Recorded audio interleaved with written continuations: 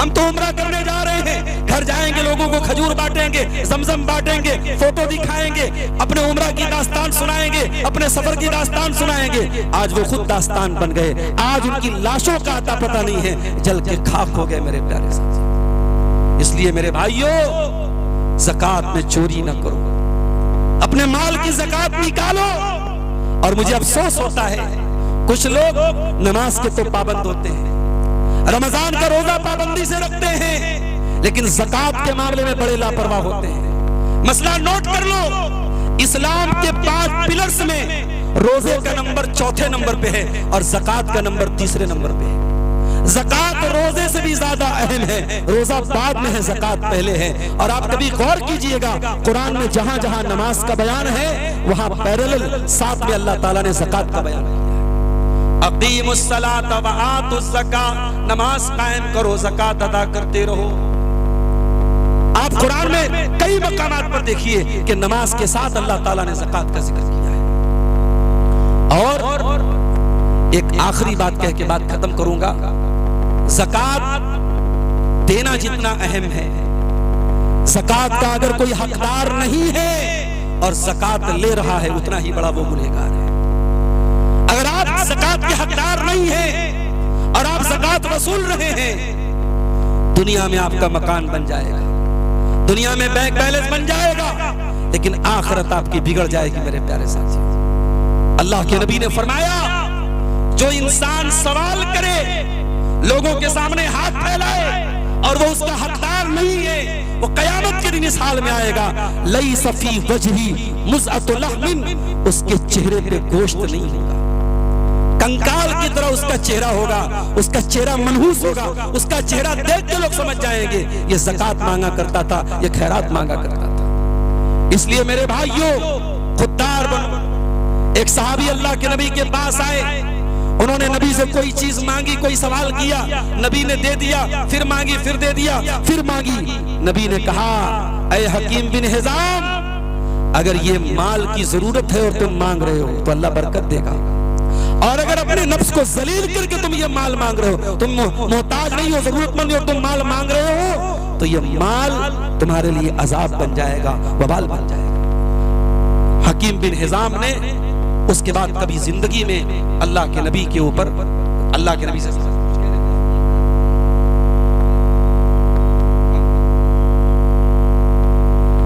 دیکھیے، یہ سوال بھائی صاحب نے پوچھا ہے جو میرے موضوع سے متعلق نہیں ہے، لیکن چونکہ اسٹیج پر بیٹھے اور انہوں نے پوچھ لیا تو جواب دے دیتا ہوں۔ انہوں نے پوچھا ہے کہ آج کل اشتہار پہ علماء کی تصویریں ڈالی جا رہی ہیں، کرنا کیسا ہے؟ دیکھیے، بہت لمبی چوڑی تفصیل نہ بتا کر کے میں صرف اتنا کہوں گا، اس کو اوائڈ کیجئے، اس سے بچیے۔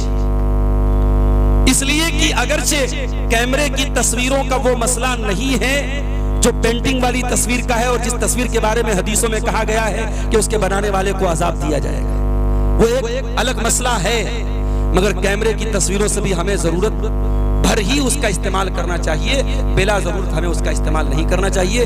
لہٰذا جلسوں کے گیٹ پر اور اشتہارات پر، اور کئی جگہوں پر یہ اشتہارات مسجد میں بھی جاتے ہیں، مناسب نہیں ہے، ہمیں اور آپ کو اس سے بچنا چاہیے، پرہیز کرنا چاہیے۔ زکوٰۃ کے تعلق سے یہ چند، اگر کسی کے پاس زکوٰۃ سے متعلق کوئی سوال ہو، کوئی مسئلہ ہو، ابھی میں اسٹیج پر 5-10 منٹ بیٹھوں گا، آپ وہ مسئلہ پوچھیں، اگر اللہ تعالیٰ نے توفیق دی اور میرے علم میں اس کا جواب رہا تو میں انشاءاللہ جواب دوں گا۔ انہی باتوں پر میں اپنی بات کو ختم کرتے ہوئے اللہ تعالیٰ سے دعا کرتا ہوں، رب العالمین ہمیں اپنے مال کی صحیح زکوٰۃ نکالنے کی توفیق عطا فرمائے۔